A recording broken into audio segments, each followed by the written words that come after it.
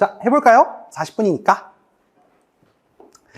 이제 본격적으로 100부터 지루하지만 한번 천천히 보겠습니다.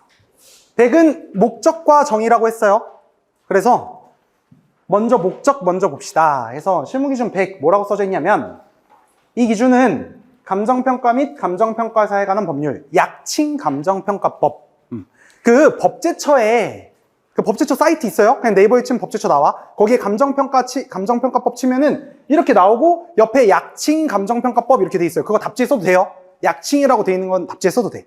근데 감칙 있죠? 감정평가에 관한 규칙하고 약칭, 감칙 안 돼 있거든요? 근데 그래도 약간 감칙은 설마 그 채점위원이 감칙? 막 이러면서 이제 틀렸다고 안 하겠지. 자, 어쨌든 감정평가법 제3조 3항 이거 아까 봤죠? 감칙 28조 봤죠?에 따라 구체적인 기준을 정함으로써 감정평가업자가 감정평가를 수행할 때 기준을 준수하도록 권장하여 감정평가의 공정성과 신뢰성을 제고하는 것을 목적으로 한다. 됐죠? 근데 여기 옆에 뭐라고 써져 있어요? 브릿지 노트 이렇게 돼 있죠. 이게 뭐냐 하면 봐봐요. 귀엽죠? What is bridge note? 이게 뭐냐? 제가 만든 거예요. 제가 만든 건데 봅시다. 브릿지 노트란 실무기준 해설서를 기반으로 과도하게 깊거나 지엽적인 부분은 걷어냈어요.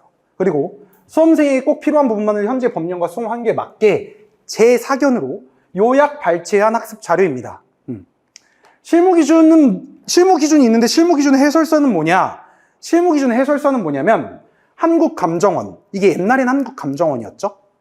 이게 해설서가 2014년에 만들어졌는데 그때는 한국부동산원이 한국감정원이었어요. 근데 어쨌든 그 한국감정원과 평가사 협회가 2014년에 공동으로 발간한 실무기준 해설서예요. 실무기준 해설서는 여전히 실무적, 수험적으로 많이 활용돼요. 근데 2014년 이후에 지속적인 수정 보완이 없었어요. 그러면 지금 거의 10년 넘었죠. 그러면 막 많이 바뀌었잖아요. 사실 2016년에 어마어마한 큰 변화가 있었고, 법이 이제 두 개였던 게 하나로 합쳐지고 막 그랬어요. 아니다. 이름이 바뀌었어요. 지가공시 및 토지 등의 평가에 관한 법률이 뭐 부동산 가격공시에 관한 법률 뭐 이렇게 막 나눠지고 막 바뀌고 막 그런 일이 막 있었어요. 요 사이에 이따가 좀 얘기를 할 건데, 어쨌든 막 지금 현재 법령 등에 부합하지 않는 내용도 있겠죠. 실무기준 해설서에는. 근데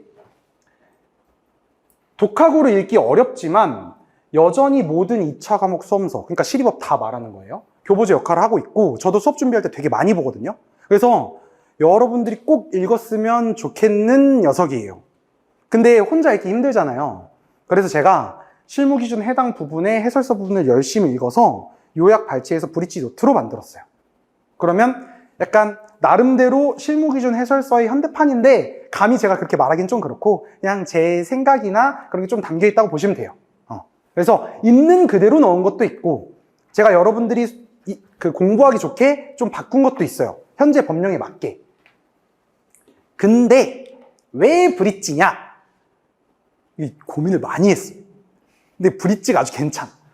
브릿지는 가교잖아요. 한국말로. 서로 떨어져 있는 것을 이어주는 다리다. 그러면 뭔가 이게 넘어가는 이라는 뜻이잖아요. 그래서 저는 두 가지 차원에서 학습의 가교 역할을 했으면 좋겠어요. 이 브릿지 노트가. 이 물건별 평가할 때도 브릿지 노트 계속 넣을 거예요. 왜냐면 뭐 골프장을 평가하든 기업가치를 평가하든 그 기업가치의 실무기준 해설서가 있을 거고, 그 기업가치의 실무기준 해설서를 현대에 맞게 제가 브릿지 노트로 바꿔서 넣을 거예요. 그렇게 해서 계속 교재를 만들어 갈 거고, 만들고 있고, 감정평가 실무실력 향상을 위한 브릿지, 또 감정평가 이론 학습 전 사전 학습으로서의 브릿지. 그러니까 제가 실무를 잘하려면 이론을 잘해야 된다고 했잖아요. 그쵸? 근데 요 브릿지 노트를 계속 읽다 보면은 사고가 깊어지고, 결과 숫자 이것보다는 논리와 과정에 조금 더 생각할 수 있는 시간이 조금 생긴다고 생각해서 여러분들이 글을 많이 읽어야 돼요. 확실히. 왜냐면 우리가 실무 이론 법규 다 논술형이잖아요. 글을 잘 쓰려면 글을 많이 읽어야 돼요. 그래서 읽는 거를 두려워하지 않았으면 좋겠어요. 그래서 이것도 굵잖아요. 이제 물건별도 굵을 건데 이거 금방 읽거든요. 여러 번 읽은 사람 이미 있어요. 그러니까 근데 읽은 사람들이 또 글도 잘 쓰거든요. 그래서 많이 읽어야 되고, 그 읽을 때 조금 양질의 읽을 자료를 읽었으면 좋겠는데 그게 실무기준 해설서인데 지금 버전을 혼자 읽긴 좀 그러니까 그걸 바꿔서 나와서 열심히 읽었으면 좋겠다. 이거예요, 결론은. 그래서 양질의 이론글을 충분히 읽고 이해한 것이 중요해서 실무실 해설서는 꼭 정독할 가치가 있기 때문에 바꿨어요. 그래서 아마 열심히 읽으면 실무 실력 향상을 위한 징검다리가 되지 않을까 싶습니다. 또 이론적인 내용이 많잖아요. 근데 감정평가 이론이라는 과목이 아예 따로 있을 만큼 이론은 조금 더 추상적이고 방대하잖아요. 근데 이 브릿지 노트만 읽어서 또는 제가 드린 자료에 있는 이론만 읽어서는 사실 이론의 준비가 되지는 않아요. 근데 어느 정도 좀 슬로우 랜딩 할 수 있는 길라잡이 정도는 분명히 될 수 있을 것 같고, 그리고 그 감정평가도 부동산학의 한 부류잖아요. 근데 부동산학을 우리 종합사회과학이라 그러잖아요. 종합사회과학이 뭐 좀 그럴듯한 말인데 좀 나쁘게 말하면 답이 없다, 여러 방면으로 볼 수 있다, 뭐 약간 이런 거거든요. 약간 좀 속된 말로 잡학이다, 약간 이렇게도 얘기를 하잖아요. 그러니까 다양한 사람들의 다양한 의견을 들어보는 게 되게 중요한데, 어쨌든 저도 아직 완전 병아리지만 그래도 여러분들보다 조금 더 먼저 공부한 선배로서 제 생각을 담았으니까 저랑 대화한다고 생각을 하고 읽으면 조금 감정평가 이론학습 전 사전학습으로서의 가교가 되지 않을까 싶어요. 그러니까 제가 구구절절 이렇게 막 말한 이유가 뭐죠? 좀 읽어달라 이거죠. 됐죠? 그래서 요 100.1 목적의 실무기준 해설서는 어떻게 써있고 그거에 대해서 저는 어떻게 바꿨는지 한번 봅시다. 도입 배경 뭐 이런 게 써져 있어요. 그래서 감정평가의 준칙으로 감칙이 1989년부터 제정되어 운용 중이다. 뭐 그러니까 여러분들이 앞으로 글을 읽으실 때요, 그러니까 이론서나 뭐 요새는 그 경우수 평가사님의 감정평가론, 뭐 안정근 평가사님의 평가론, 뭐 서광채 교수님의 평가론 막 이런 거 많이 읽잖아요. 근데 그런 글을 읽을 때 좀 여러분들이 좀 도움이 됐으면 좋겠어서 제가 약간 우리나라의 감정평가 제도에 대해서 한번, 오늘 하고 싶은 거 하는 날이니까 오늘 한번 정리해보면 어떨까, 약간 역사적인 내용을 좀 담고 있는데, 그래서 그 제가 드린 자료 보면 3페이지 있죠.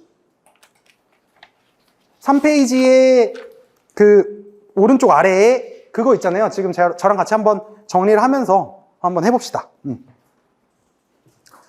원래 감정평가사가 아니었어요. 원래 뭐였죠? 원래는 토지평가사 그리고 공인감정사였어요. 언제, 이거는 1972년부터 토지평가사였고 그 다음에 1973년부터 공인감정사였어요. 쓰면서 이거는 같이 쓰면서. 왜냐면 왜 이걸 내가 지금 하냐면, 글을 읽을 때 뭔가 이런 역사적 배경을 알고 읽으면 그 이해가 깊어지는 녀석들이 있어요.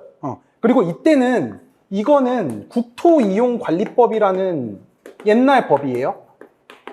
이 제정되면서 그때 당시에 건설부가 주관한 평가사고, 그 다음에 이때는 이게 감정평가에 관한 법률, 그냥 감평에 관한 법률 이렇게 쓸게요. 플레임은 감정평가에 관한 법률. 1973년에는 이제 요런 법률이 제정되면서 그때 당시 재무부가 있었어요. 그 재무부 주관하에 제도였어요. 근데 얘네가 막 이렇게 이원화돼서 운용이 되다가 제도 개선의 필요성이 막 제기가 된 거예요. 그래서 1989년에 이 두 개의 법이 통합됩니다. 그 통합된 법 이름이 뭐냐면 지가 공시 및 토지 등의 평가에 관한 법률. 평가에 관한 법률. 좀 칸이 부족해서 1989년도에 얘네 둘이 이렇게 통합이 되는 거예요. 그러면서 이 토지평가사와 공인감정사 제도가 합쳐져서 그때부터 스타트된 거야. 뭐가? 우리가 지금 하고 있는 거. 공공성을 지닌 가치평가 전문직. 이거 기억나요? 그래서 감정평가사, 감평사가 이때부터 시작이 된 거고, 혹시 이 숫자가 또 기억이 나나? 비교표준지 선정할 때 표준지 공시지가가 뭐냐라고 하면서 이 비교표준지 공시지가, 이 지가 공시제도는 1989년부터 시작됐다 했잖아요 라고 했어요. 그러면서 1989년에 이 지가 공시제도가 시작이 된 거예요. 지가 공시제도가 이때 시작이 됐다. 근데 이 1989년부터 잘 운영이 되다가 이 법이 좀 칸이 부족해서 이제 알아서 잘 쓰세요. 이 법이 2005년에 전면 개정이 됩니다. 이때 당시에는 봐봐, 지가 공시니까 땅만 공시하는 거죠. 근데 여기다가 주택가격 공시까지 하는 거야. 이때부터는. 그래서 지가 공시에다가 이제 주택가격 공시하면서 부동산 가격 공시로 확대 개편되면서 부동산 가격 공시 및 감정평가에 관한 법률, 부동산 가격 공시 및 감정평가에 관한 법률로 전면 개정이 돼요. 이렇게 감정평가에 관한 법률 이렇게. 아, 그렇구나. 그러다가 이 얘기를 하면 좀 무거워질 수 있는데 2008년에 무슨 일이 일어났는지 아세요? 말했어. 2008년에 미국발 부동산 글로벌 금융위기가 생겼죠. 서브프라임 모기지 사태라고. 아시는 분은 아실 텐데 이거는 진짜 알아야 돼. 왜냐면 우리가 그래도 부동산 전문가를 공부하는 사람인데 봐봐, 우리나라 사람인데 IMF를 몰라. 그럼 안 돼요. 안 되죠. 부동산 공부하는 사람인데 2008년 서브프라임 모기지 사태를 모르면 안 돼요. 근데 내가 2008년 서브프라임 모기지 사태를 내가 지금 수업할 순 없어. 그렇게 막 엄청 간단한 건 아닌데 어렵진 않아요. 그래서 이게 무슨 말이냐면 2008년에 서브프라임 모기지 사태가 생기면서 시장의 자정작용에 대한 의심의 그 목소리가 막 나왔어요. 그래서 이거 부동산은 공공이 많이 관리를 해야 된다. 막 이런 얘기가 막 여론이 막 형성되면서 2016년에 감정평가 선진화 3법이 개정이 돼요. 그게 바로 이게 나눠지면서 부동산 가격공시법, 감정평가법, 한국감정원법 이렇게 나눠지는 거예요. 2016년에. 네. 다시 2005년에 이렇게 잘하다가 2008년 서프라임 모기지 사태 계기로 약간 부동산의 공공 개입의 여론이 막 이렇게 스물스물 하다가 2016년에 이게 감정평가 선진화 3법으로 이렇게 나눠진다. 그래서 지금의 모습이죠. 부동산 가격 공시에 관한 법률, 감정평가 및 감정평가사에 관한 법률, 한국감정원법 이렇게 2016년에 나눴어. 근데 물론 이 한국감정원법은 2020년에 한국부동산원법으로 바뀌었어. 근데 제가 이 얘기를 하면서 그러니까 일단 이런 흐름을 알면은 이제 막 글을 읽다가 부동산 가격 공시 및 감정평가에 관한 법률 이런 얘기가 나오면 조금이라도 더 익숙해지라고. 자, 근데 요 2008년 서프라임 모기지 이거 있잖아요. 요거 여러분들이 좀 꼭 아셨으면 좋겠어가지고 제가 수업 준비하면서 영화도 알아왔어요. 빅쇼트라고 유명해요. 이게 서브프라임 모기지 사태를 반영한 영화인데 재밌어. 이게 쉴 때 보세요. 좀 그런가? 아니야 봐도 돼. 이건 진짜 봐도 돼. 엄청 학습적이어서 빅쇼트라고 서브프라임 모기지 관련된 영화고 그 다음에 하나 더 있어. 콜마진? 전 두 개 다 봤어요. 콜마진? 근데 이거 되게 그래서 서브프라임 모기지 사태에 관련된 영화니까 요 정도는 내가 봐도 된다고 하지 않을까. 뭐 하루 종일 공부하는 건 아니잖아요, 솔직히. 쉴 때 조금 더 의미있게 쉬라. 그리고 서브프라임 모기지가 뭐냐면 서브프라임이라는 그런 차입자 등급이 있어요. 근데 그 사람들이 돈을 안 갚은 거야. 근데 그 사람들이 원래 돈을 갚으면 원리금이라는 게 생기잖아요. 그걸로 상품을 만들었는데 이제 사람들이 돈을 안 갚으니까 그게 부실이 난 거야. 근데 그거를 이제 미국의 큰 은행이 있어요. 막 리먼 브라더스 막 이런 막 판 거야. 그래가지고 그게 전 세계가 약간 부실이 난 거야. 그래서 우리나라도 엄청 영향을 많이 받았다고 합니다. 근데 어쨌든 그런 얘기고 그 다음에 하나만 더 얘기할게요. 2005년, 2016년 사이 또 무슨 일이 있었냐면 요건 조금 중요한데 2012년에 근데 이거는 뭐 막 사건은 아니고 감치기 전면 개정됐어요. 2012년 8월 2일에 2012년 8월 2일에 잠깐만요. 미안해요. 2010년까지 하고 자 2012년에 감치기 전면 개정됐다. 그러면서 2012년 8월 2일에 감치기 전면 개정돼서 시행은 언제 됐냐면 2013년 1월 1일부터 지금의 모습으로 감치기 시행이 된 거예요. 그러니까 요 정도 솔직히 알고 있으면 뭔가 약간 옛날에 우리나라 감정평가 제도가 지금의 이르서기까지는 약간 이런 모습이었구나 알게 되는 건데 시험에 안 나오긴 해. 시험에 안 나오긴 하는데 그래도 이런 거 알고 있으면 글을 읽을 때 좀 편해져요. 이거 할 때 되게 무서운 눈일 줄 알았어요. 그래도 하는 거야. 그렇죠? 그래서 막 옛날에 시장 가치 전에 뭐였는지 알아요? 정상 가격. 그게 요때 바뀐 거예요. 원래 2012년 8월 2일 전면 개정 전에는 시장 가치가 정상 가격이었고, 근데 생각보다 그렇게 멀지 않아요. 이때 나 고등학생이었어요. 그렇게 멀지 않죠? 그래요. 어쨌든 약간 개그였는데 넘어갈게요. 자, 그 다음에 어쨌든 이렇게 정리 한번 하고 진짜 중요한 건 이제 요런 얘기 이제 그만하고 법적 성질. 실무기준 해설서에는 실무기준의 법적 성질에 대해서도 얘기를 하고 있어요. 실무기준 어기는 안 된다. 그냥 이거예요. 근데 뭐라고 써져 있냐면 실무기준은 감정평가법과 감칙의 위임을 받아서 제정된 녀석이죠. 그래서 상기 법령의 위임 한계를 벗어나지 않는 한 그것들과 결합하여 대외적인 구속력이 있는 법규 명령으로서의 효력을 갖는 것. 이렇게 써져 있어요. 그러면 실무기준 어기면 돼, 안 돼? 안 돼. 열심히 공부해야 돼, 해야 돼. 무조건 해야 돼. 이에 위반한 감정평가 역시 감정평가법 감칙을 위반한 경우와 동일하게 취급될 수 있다. 오늘은 나 하고 싶은 거 하는 날이니까. 실무 기준이잖아요. 이런 기준을 뭐라 그래요? 이걸 행정규칙의 형식을 가지고 있다 그러잖아요. 별짓 다 하죠? 행정규칙의 형식을 가지고 있다 하잖아요. 행정규칙이 뭐야? 이제 이거는 나중에 공부하고 보면 들려요. 내부적 사무처리 기준이잖아요. 행정규칙이라는 거는. 근데 원래 행정규칙은 일반 국민이 안 지켜도 되죠. 근데 얘는 상위법의 위임을 받아서 그 범위 내에서 상위법의 내용을 보충 구체하고 있기 때문에 법규 명령, 즉 대외적 구속력을 갖는다, 뭐 이런 얘기를 하는 거예요.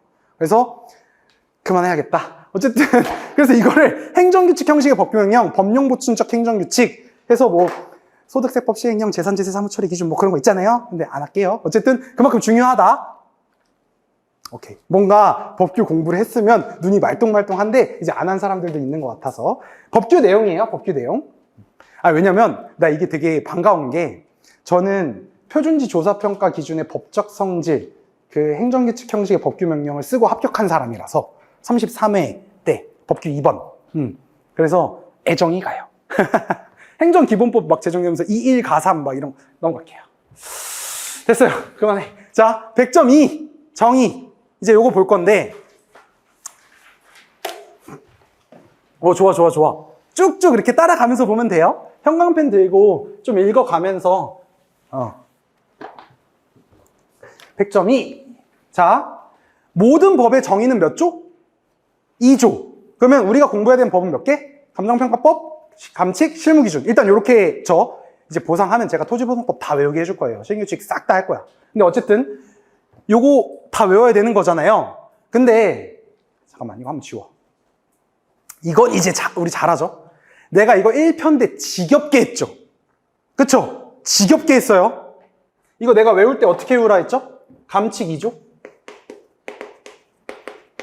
세 파트로 나눠서 하라 했죠? 1, 2, 3, 4 나누고 12, 12에 2, 13, 14, 15 나누고 5부터 11까지 나누라 했어요.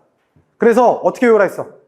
시장가치, 기준시점, 기준가치, 가치형성 요인은 그냥 외우고 여기는 감가수정, 적정한 실거래가에 인유동 한 다음에 무슨 매직? 원비수 매직 하라고 했잖아. 그쵸? 그래서 원비수 해서 원가법, 원가 방식, 비교 방식, 수익 방식 해서 5, 6, 원가 적산, 7, 8, 9, 거래 사례, 임대 사례, 공시지가, 10, 11, 수익 환원, 수익 분석, 이렇게 해서 감칙 15호까지 깔끔하게 외우라고 했죠? 그쵸? 그래서 요거 다시, 이거 빨리 할 수 있어야 돼. 시장가치, 엄마? 안 치웠네. 어쨌든. 자, 하면 됩니다. 그래서 이거 잘 외우면 되고. 자, 그 다음에 감정평가법 또 4개밖에 안 되니까 오늘 한번 보고 갑시다. 라고 하는데, 이거 내가 첫 시간에 했는데. 이거 기억나나? 이것도 내가 꼭 채울 수 있었으면 좋겠다라고 이렇게 했는데, 그 옛날 걸 갖고 오면은 그 분위기가 쌓여지지 않았으면 좋겠는데 어쩔 수가 없네. 어쨌든, 자, 감정평가사, 해서 뭐, 있잖아요. 공공성을 지닌 가치평가 전문직. 그래서 타인 등의 의뢰받아 토지 등을 감정평가하는 것을 업으로 하고 감정평가는 토지 등의 경제적 가치를 판정하여 그 결과를 가액으로 표시하는 거 했어요. 그래서 요거 하면서 감정평가법 2조도 보긴 봤었어요. 그쵸? 그래서 어쨌든 감정평가법 2조는 토지 등 감정평가, 감정평가업, 감정평가법인 등으로 이루어졌다는 건 지금 한번 외워봅시다. 다시. 토지 등 감정평가, 감정평가업, 감정평가법인 등. 요거는 당연히 외워야 되는 거잖아요. 그쵸? 자, 근데 지금 우리 뭐 보고 있어요? 실무기준 100.2 보고 있죠? 100.2는 이렇게 돼 있어요. 근데 보면은 토지 등 감정평가법이 있고, 감정평가법이 있고, 감칙이 있고, 감정평가법이 있고, 감칙이 있고, 감칙이 있고, 얘는 없어. 얘는 실무기준에만 있어. 최유이용도 실무기준에만 있어. 일시적 이용도 실무기준에만 있어. 가치형성유인은 감칙에 있고, 감칙, 실무기준에만 있고, 실무기준에만 있어. 그러니까 결론은 뭐야? 우리가 2조 정의 규정을 마스터한다는 거는 얘네는 당연히 외우고, 얘네, 이 감칙과, 감정평가법과 감칙에서 규정하는 정의 규정이 없는 실무기준에서만 규정하고 있는 정의 규정, 이렇게 외우면 되잖아요. 근데 봐봐. 요거 있는데 이거 오타인가? 가치형성유인? 아니에요. 가치형성유인은 4페이지 봐봐요. 4페이지 보면은 그 10호 가치형성유인 옆에 점점점에서 별 이렇게 돼 있죠? 그래 나서 뭐라 써 있어? 실무기준 400.1 이렇게 돼 있죠? 그러니까 가치형성유인은 뭐야? 대상부동산의 경제적 가치에 영향을 미치는 일반 요인, 지역 요인, 개별 요인이죠? 근데 그 일반 요인, 지역 요인, 개별 요인이 뭔지 안 써 있어. 어디에도. 근데 딱 여기 써 있어요. 어디? 절차 규정에 써 있어. 일반 요인은 뭐다? 지역 요인은 뭐다? 개별 요인은 뭐다? 절차 규정에 써져 있어. 자, 한번 봅시다. 지금 한번 말 나온 김에. 51페이지.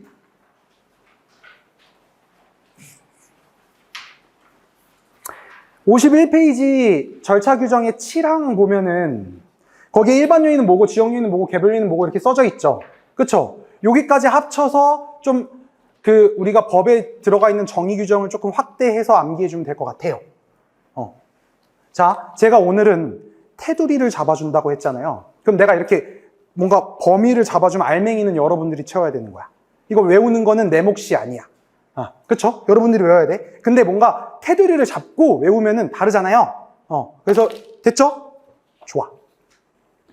그렇구나. 이제 100.2까지 했는데 실무기준 해설서에서는 여기서부터 여기까지 하나하나 다 해설하고 있어요. 그래서 오늘은 한번 같이 볼 거야. 근데 다 아는 거예요. 다 아는 거예요. 자, 먼저 1호, 2호부터 봅시다. 감정평가란 토지 등의 경제적 가치를 판정하여 그 결과를 가액으로 표시하는 것이라고 했고, 그 토지 등이란 쫙 나오죠. 다음 강목의 재산과 이들에 관한 소유권 외의 권리를 말한다 라고 하면서 사실 이거 감정평가법에도 있는 내용이죠. 그쵸? 근데 요거 관련해서 실무기준 해설서 제 거 브릿지 노트 한번 봐볼까요? 6페이지 브릿지 노트 보면 토지 등의 개념 확대 이렇게 써져 있죠. 그러면서 거기 뭐라고 써져 있냐면 한정적인 게 아니라 구체적으로 열거되지 않은 물건에 대한 감정평가 또한 얼마든지 가능하다. 그쵸? 요거는 당연히 알고 있죠? 요거를 개념 요소로 시작해서 자, 8페이지 한번 봐봐요. 8페이지. 감정평가의 개념 요소 있죠? 사실 이게 되게 진부하고 재미없는 쟁점이라고 생각했었어요. 근데 올해 시험 문제죠, 이거. 판정하여. 이거 올해 나왔잖아요. 판정하여. 이 판정하여 부분이 올해 시험 문제 이론 2번으로 나왔어요. 그러니까 이런 것들이 되게 중요하단 말이지. 그러니까 별거 아닌 것 같은데 이게 제가 이 문제 보고 좀 놀란 게 역시 공부는 꼼꼼히 가려서 하면 안 된다. 꼼꼼히 가려서 하면 안 된다? 그러니까 꼼꼼히 해야 된다. 가려서 하면 안 된다. 그래서 꼭 이거 토지 등의 경제적 가치를 판정할 그 결과를 가액으로 표시이고 꼭 이 정도는 라이트하게 서술할 수 있게 준비를 하셔야 됩니다. 그쵸? 그리고 나서 실무기준 해설서에는 뭐라고 써져 있냐면 그 7페이지 봐봐요. 7페이지에 보면은 가격, 가치, 가액의 비교 이런 거 있죠. 이거 되게 유명한 쟁점이잖아요. 여러분들이 공부를 조금 하셨으면은 이미 공부를 했을 쟁점인데 이게 실무기준 해설서에 써져 있는 거고 제가 이제 좀 학습하기 좋게 좀 바꿨는데 내용은 그렇게 건드리지 않고 꼭 읽어봐야 되고 여기서 제가 조금 더 얘기를 해보면 토지 등의 경제적 가치를 판정하여 그 결과를 가액으로 표시하는 것이잖아요. 감정평가는. 근데 거기에 가격이란 말은 없죠. 그쵸? 왜냐하면 가격은 과거의 값이기 때문에 그런 말이 이렇게 있는 거고 그리고 우리는 가치를 판정해서 가액으로 표시하는 거죠. 그쵸? 가치를 판정해서 가액으로 표시하는 건데 사실 가치라는 거를 판정하는 것까지는 오케이. 근데 그거를 어떻게 표시하느냐에 대한 문제는 사람마다 다를 수 있어요. 왜냐면 뭐 이거의 가치는 바나나 10개야. 이거의 가치는 제네시스 1대야. 뭐 이렇게 할 수 있지만 가액은 뭐냐면 7페이지 가액 부분 한번 봐봐요. 정상적인 거래에서 거래 자산이 화폐로 지불될 수 있는 금액이라고 했죠. 그렇죠? 그러니까 가액은 화폐로 표현한 거잖아요. 그러니까 화폐라는 거는 어떤 화폐 기능이 있어서 그래. 8페이지 봐봐요. 이거 진짜 완전 단순 참고인데 좀 생각하는 힘이 좀 길러질 것 같아서 화폐라는 거는 교환의 매개 수단이기도 하지만 밑에 보고 있는 거예요. 가치 척도의 기능도 하잖아요. 왜냐면 화폐는 모든 재화와 서비스의 가치를 공통된 기준으로 표시할 수 있게 해주니까. 감정평가라는 거는 우리 사회에서 어떤 공통으로 받아들여질 수 있는 가치 표시를 원하는 거니까. 그러니까 이 정도까지 좀 생각을 했으면 좋겠다. 그래서 이 부분 좀 자세히 한번 읽고 이 정도는 혼자 설명할 수 있었으면 좋겠습니다. 넘어갈게요. 너무 자세하지 않을 거야. 이 정도만, 요 정도 하고 넘어갈 거예요. 자, 시장 가치. 시장 가치는 이제 여러분들이 공부를 어느 정도 한 사람은, 이론 공부를 조금 한 사람은 조금 그래도 알고 있는 대상 물건이 통상적인 시장에서 충분한 기간 동안 블라블라 해서 가액이다 이렇게 말하는 거죠. 그래서 최소한 요거 그 뒤에 봐봐요. 시장 가치의 개념 요소, 브릿지 노트. 거기 보면은 이거 사람마다 두 문자 따는 게 조금 다른데 저는 좀 약간 비행 청소년 버전으로 통상 가출 자정 이렇게 외워요. 가출하면 안 돼요. 통상 가출 자정 이렇게 해서 저는 그렇게 외우긴 했었습니다. 통상 가출 자정. 그래서 최소한 요 정도는 쓸 수 있어야 되고 아까 감치기 전면 개정 언제 됐다 했죠? 2012년 8월 2일에 개정돼서 2013년 1월 1일부터 시행됐다 했죠? 전면 개정되기 전에 그 시장 가치는 뭐였다? 정상 가격이었다. 근데 참 옛날 쟁점이라고 생각하긴 하는데 요새는 뭐가 나올지 모르는 상황이라서 막 이론 공부하면 정상 가격과 시장 가치 막 이렇게 막 하는 그런 쟁점도 저는 공부했었던 기억이 있어요. 그래서 그래도 정상 가격 한번 담아는 봤어요. 옛날 규정으로. 옛날엔 4조가 정의였네요. 10페이지에 제가 담아놨죠? 됐다! 시장 가치 요 정도 보고 넘어가면 될 것 같고 그 다음에 감정평가업자 요것도 그냥 읽고 넘어가면 되는데 실무기준 해설서에서는 이 업자를 해설하면서 뭘 써놨냐면 감정평가 법인 등의 업무 범위는 뭐랑 뭐죠? 가치 추계랑 비가치 추계다 이렇게 가죠. 그래서 상담, 자문, 컨설팅 이런 거 그쵸? 근데 여기에 이런 말도 있어요. 그 브릿지 노트의 감정평가 법인 등의 업무 범위 쪽 보면은 마지막 4번째, 5번째 줄 보면은 감정평가 업무를 수행하는 과정에서 발생하는 여러 가지 부대 업무도 감정평가 법인 등의 업무 영역으로 자리 잡고 있다. 그래서 우리 보상평가하려면 조서 작성해야 되고 그런 부대 업무도 우리의 업무 범위다. 뭐 이런 것까지 좀 하고 있어서 그냥 그렇구나 하고 끄덕끄덕하고 넘어가면 됩니다. 이런 내용을 하고 있고 뭐 법제처 질의회신 이런 그러니까 여러분들은 그냥 보는 건데 제가 실무진 해서 막 이렇게 막 많잖아요. 그 중에서 이 정도는 알았으면 좋겠다 하면서 제가 막 선별하고 막 편집하고 이것도 디자인도 다 제가 하고 한 거예요. 그래서 좀 지루할 수 있어도 꼭 이렇게 좀 이렇게 짚고 넘어가는 겁니다. 그리고 감정평가법 10조 그 밑에 있는 거 외워야죠. 이거 외워야 돼요. 이거 안 외우면 안 돼. 그 감정평가법 10조 6호 7호 감칙 27조 이거 했었죠. 6호 7호가 비가치, 감칙 27조가 비가치. 뭐 이런 얘기 했었어요. 좋아. 내가 이거 무료 강의를 할 줄을 몰랐어가지고 약간 그 소외감을 느끼는 사람들은 1편을 들으세요. 어쨌든 자, 그 다음 기준 시점. 기준 시점은 쉽죠. 그냥 사실 실무 기준과 감칙의 기준 시점 내용은 똑같아요. 그냥 가격조사 완료일. 다만 미리 정하였을 때는 가격조사가 가능한 날. 요 정도 하면 되는데 제가 항상 기준 시점을 하면서 꼭 이건 세트로 공부해라 라고 하는 게 기준 시점 이거 말고 기준 시점의 중요성, 필요성 이거죠. 본변책. 기준 시점 하면 본변책 꼭 얘기할 수 있어야 된다라고. 옛날 감칙 개정 전에는 기준 시점을 뭐라고 했다? 가격 시점이라고 했다. 그래서 가끔 옛날 서적이나 이런 데 보면 가격 시점으로 써져 있는 게 있고, 그리고 그 법인에서 일하다 보면은 이제 가격 시점이 언제야? 이렇게 막 하시는 이사님들도 여전히 계셔요. 그래서 근데 아직 가격 시점이 변하지 않는 평가 목적이 하나 있는데, 그러니까 기준 시점을 여전히 가격 시점이라고 하는, 그게 보상. 보상 평가는 이상하게 아직도 가격 시점이라고 하고 있어요. 그래서 아 그렇구나 하면 됩니다. 이거는 외워야 돼요? 꼭 외워야 된다고 생각합니다. 그러니까 자기가 이론으로 따르게 정리한 사람이 있으면 뭐 그거대로 하되, 어쨌든.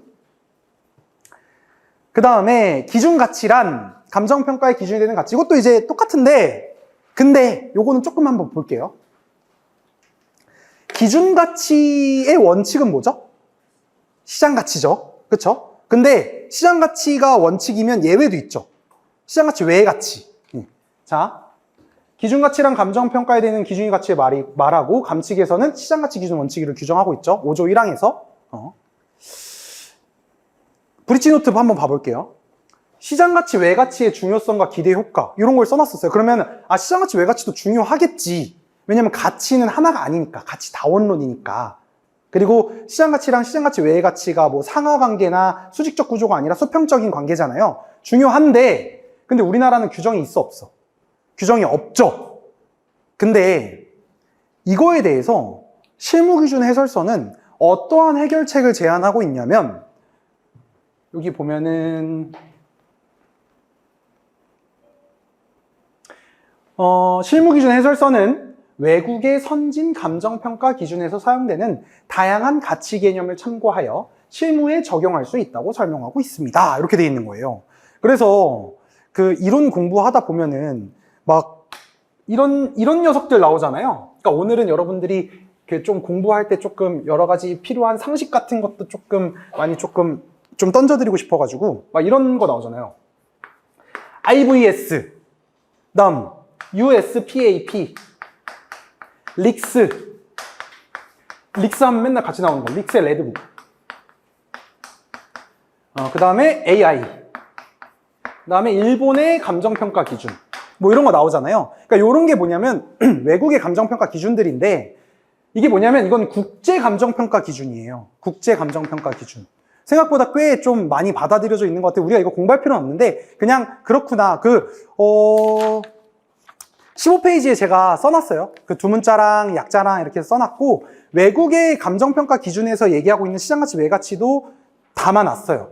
근데 조금 읽어볼 필요는 확실히 있는 것 같아요. 이 부분은. 왜냐면 그 계속기업가치 이런 것들 진짜 쓰거든요. 자, 그리고 USPAP, 이거는 미국의 통일 감정평가 기준이고, 그리고 AI, 요것도 미국의 감정평가사 협회를 얘기하는 건데, 요 AI는 좀 써놓을 필요가 있어요. 왜냐면 AI는 여기 없거든요. 그래서 미국의 통일 전문 평가 실무 기준 그 위에다가 미국 나오면 하나 더 있다? AI.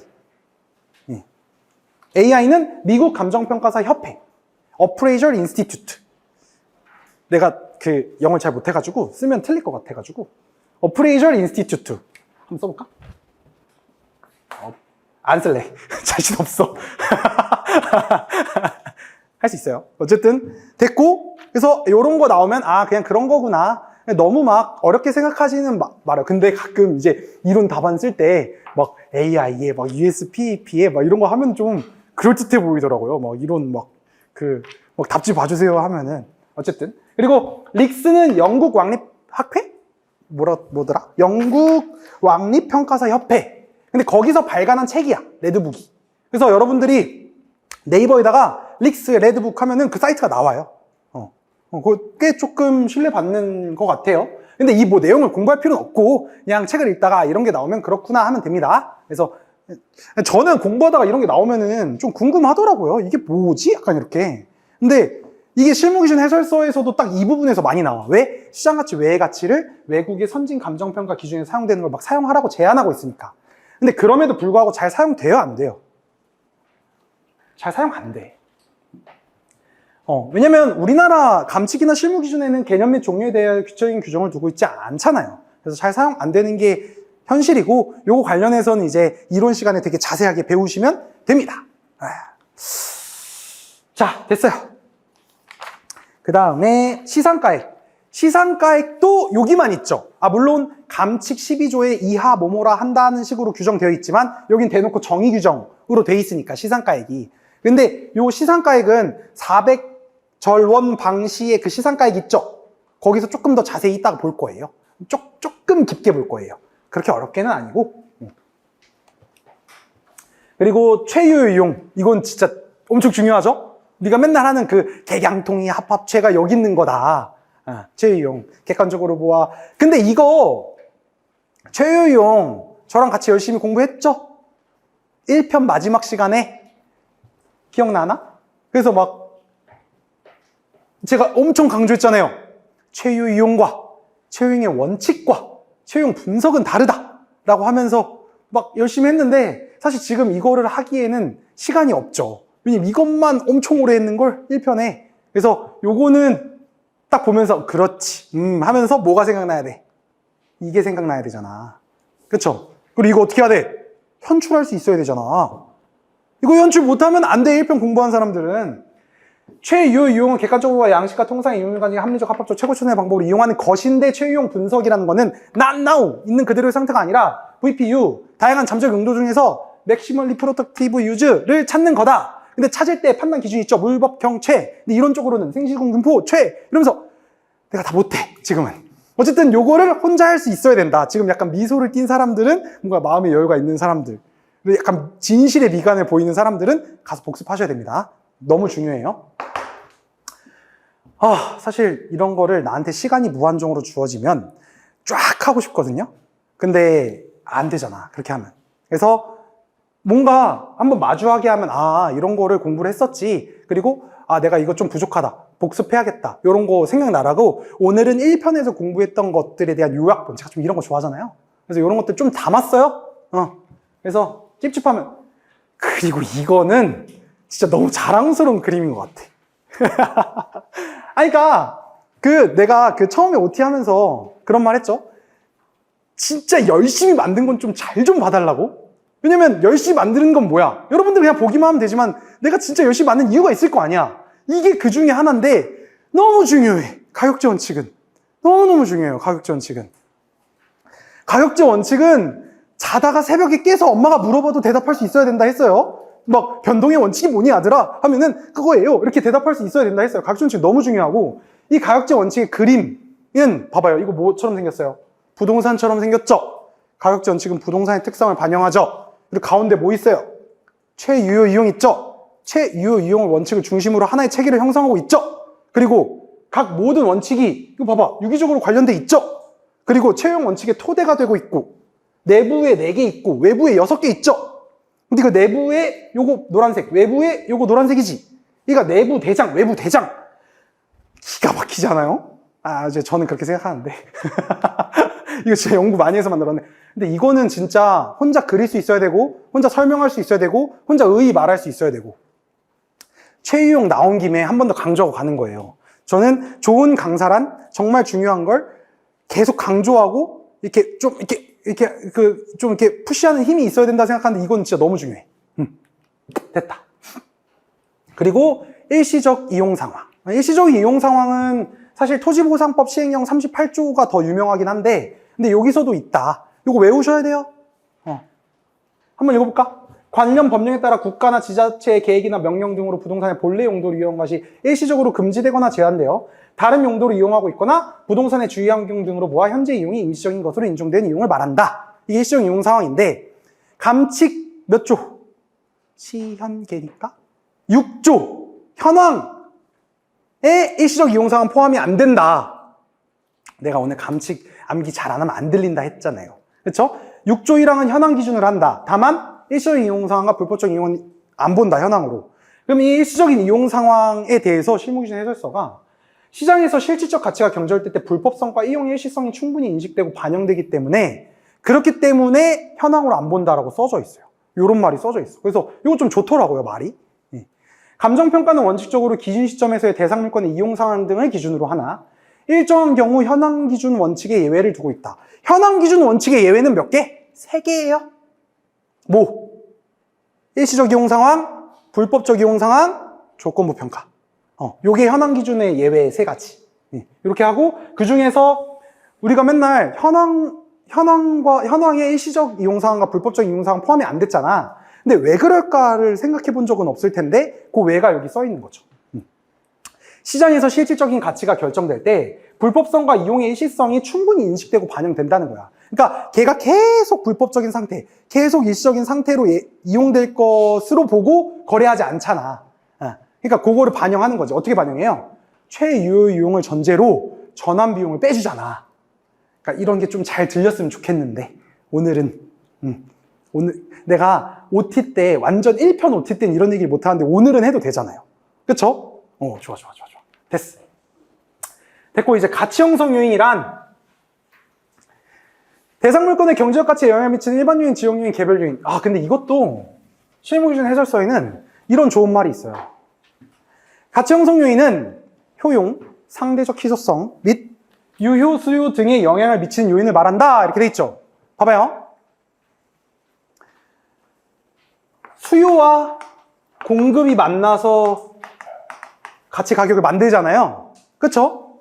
우리 부동산에서 수요 요인을 효용, 인간이 그 재화를 갖고 싶은 본질적인 욕망, 그 다음에 유효 수요. 이걸 뭐라 그래? 살 의사. 근데 살 의사만 있으면 돼, 안 돼? 안 돼. 왜? 부동산은 비싸? 비싸잖아. 그래서 뭐가 구매력이 뒷받침된 수요. 그래서 이걸 유효 수요라고 하죠. 효용과 유효 수요가 있어야 수요가 생기고 가치가 생기잖아요. 근데 물 같은 거는 가치가 엄청 높죠. 공기. 근데 그거는 희소해, 안 희소해? 안 희소하지. 그래서 가치가 안 생기잖아. 근데 희소해야지 가치가 생기잖아요. 근데 부동산은 부동성을 갖고 있기 때문에 용도적 희소성, 지역적 희소성이라고 해서 상대적 희소성이라고 얘기를 하죠. 그쵸? 그래서 요런 것들이 이제 수요와 공급 요인인데 요거에 만나서 뭐가 생겨? 가치가 생기지. 그래서 이걸 뭐라 그래? 가치 발생 요인이라고 하잖아요. 그쵸? 그러면 가치 발생 요인으로 가치가 생기는 거야. 그러니까 가치를 발생시키는 근본적인 요인이 가치 발생 요인이야. 근데 그 가치 발생 요인에 영향을 미치는 게 뭐야? 막 영향을 미쳐. 영향을 미쳐서 얘네가 계속 가만히 있는 게 아니라 막 바뀌어. 그걸 뭐라 그래? 그걸 가용료라고 하잖아요. 그걸 가용료라고 하는 거잖아요. 이 질문을 많이 해. 난 실무 강사인데 와가지고 가치 발생 요인과 가치 형성 요인이 뭔지 모르는데 그럼 난 이걸 이제 보여줘. 실무의 해설서에 이렇게 써져 있다. 가치 형성 요인은 효용, 상대적 희소성 및 유효 수요 등의 영향을 미치는 요인을 말한다. 해서 가치 발생 요인에 영향을 미쳐서 가치를 계속 변동시키는 거예요. 왜냐면 가치 형성 요인도 계속 변하잖아요. 이 가치 형성 요인을 두 가지 측면에서 바라볼 수 있죠. 공간적인 측면에서도 바라볼 수 있고 내용으로 바라볼 수 있어. 공간으로 바라보면 우리 어떻게 봐? 일반 요인, 지역 요인, 개별 요인. 내용으로 바라보면 자, 사, 경, 행 이렇게 바라볼 수 있지. 근데 부동산은 아무래도 이게 중요하죠. 그래서 내가 공시지가기준법 하면서 지역 요인, 개별 요인 비교하면서 그때 부동산의 가치 형성 원리 너무 중요하다고 얘기하면서 했죠. 먼저 지역적 차원에서의 가격 수준이 형성되고 그 속에서 부동산의 개별성 때문에 개별화, 구체화된다 이런 얘기 했었죠. 이게 부동산의 가치 형성 원리 너무 중요한 가치 형성 원리라 했죠. 그러면서 우리가 공시지가기준법 할 때 표, 시, 지, 개 해서 지역요인, 개별요인 비교하잖아. 근데 그때 일반요인 비교 안 한다 했지. 왜?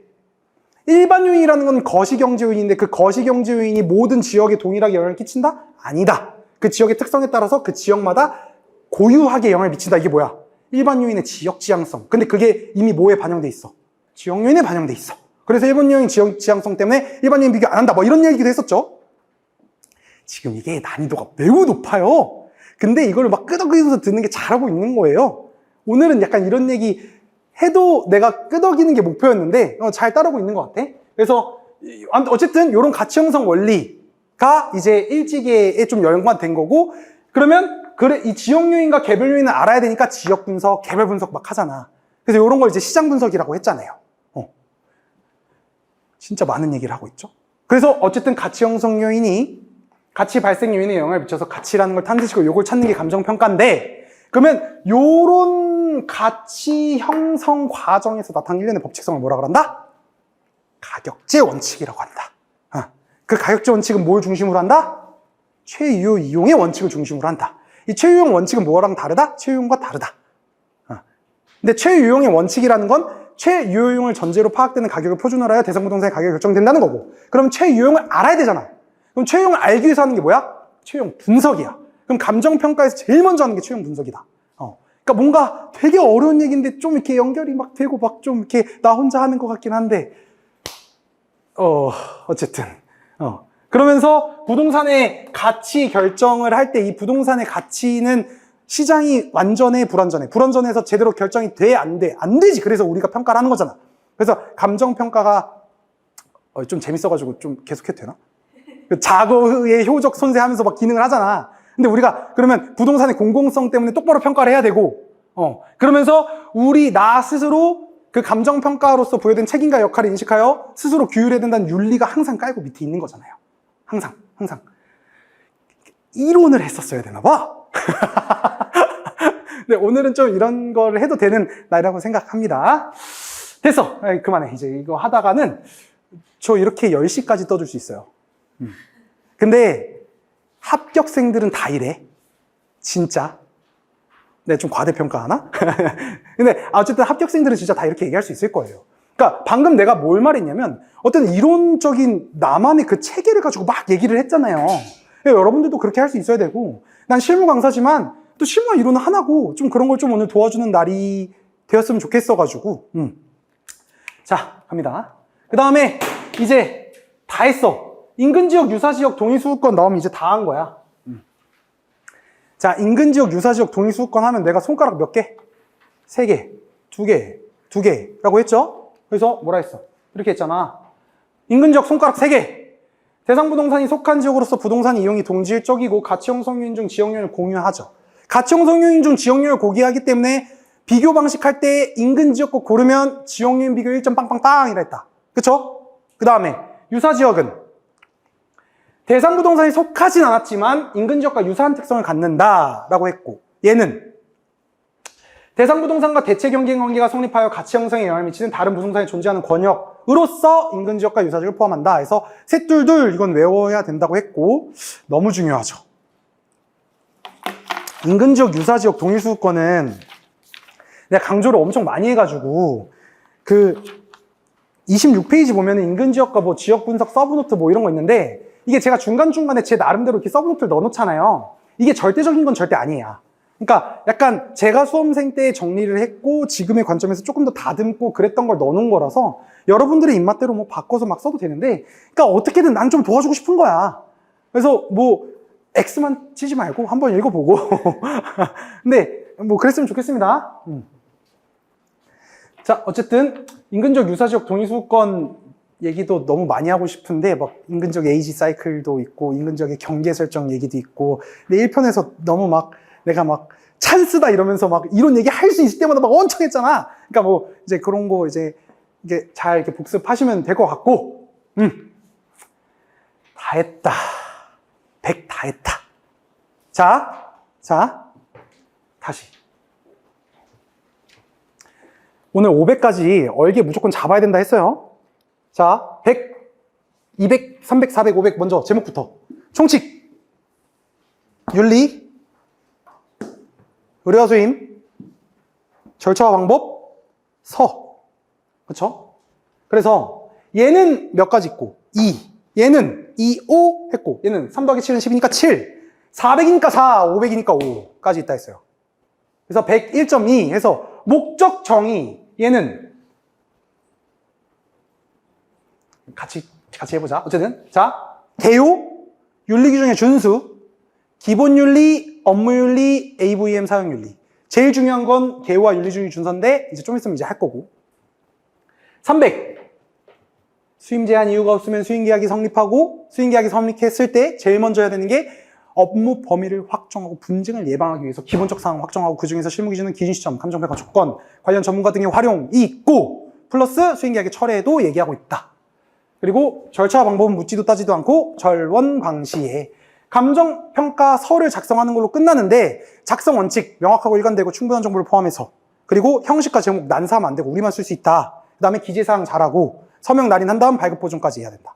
그러니까 요거 좀 잡아주면 좋을 것 같다. 계속 할 거예요. 그래서 지금 이거 쫙 했지. 쫙 했어. 그래서 지금 뭐 했냐? 여기서 요거 한 거죠. 야,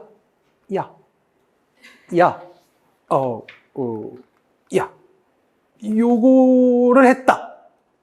그쵸? 그러면, 근데 내가 되게 러프하게 잡아줬잖아요. 여러분들이 읽으셔야 돼요. 그리고, 이론 수업 들었을 때, 자꾸 실무 기준에 이렇게 자꾸 넣으려고 하면요. 뭔가 서랍식으로 이렇게 정리가 좀 저는 되는 느낌을 받았어요. 그래서 이론이 되게 추상적인 게 뭔가 이 실무 기준의 체계를 중심으로 뭔가 구체적으로 정리된 느낌을 받았었거든요. 그래서 저는 그랬어요. 그래서 좀 이런 느낌을 조금 받았으면 좋겠다라는 생각이 좀 오늘 듭니다. 그래서 이제 45분까지 쉬고 윤리 봅시다. 여기서부터는 좀 탄력적으로 더 봐볼게요. 됐어. 45분까지 쉴게요.